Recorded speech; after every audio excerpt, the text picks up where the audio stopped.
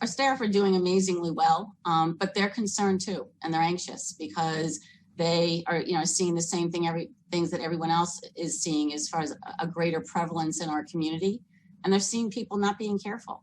And they're on the caregiving end, and they're the ones that are seeing how sick patients are with COVID. And it's not an old person's illness.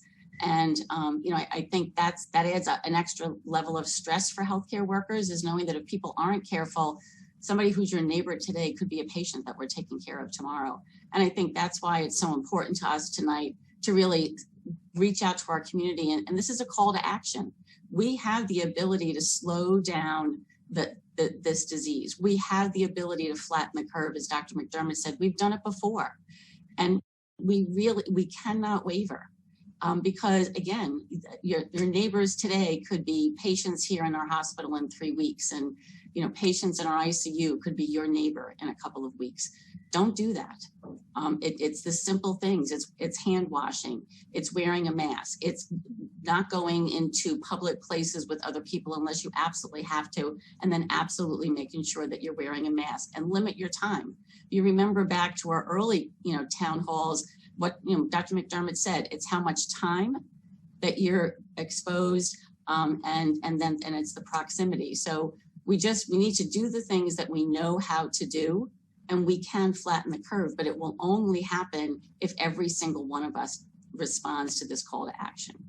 Our nurses and caregivers are healthcare heroes, right?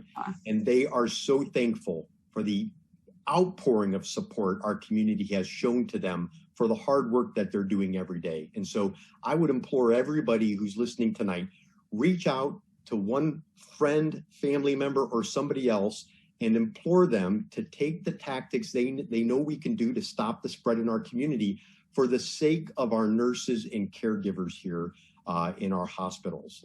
Please do it for them. They're asking you to do it.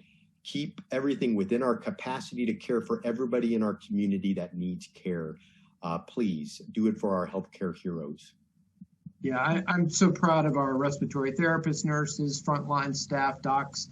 This has been a very long slog, this pandemic for them.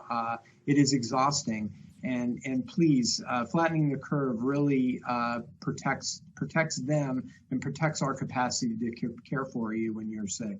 But I just want a big shout out to them. They've done unbelievably well through this long, hard slog.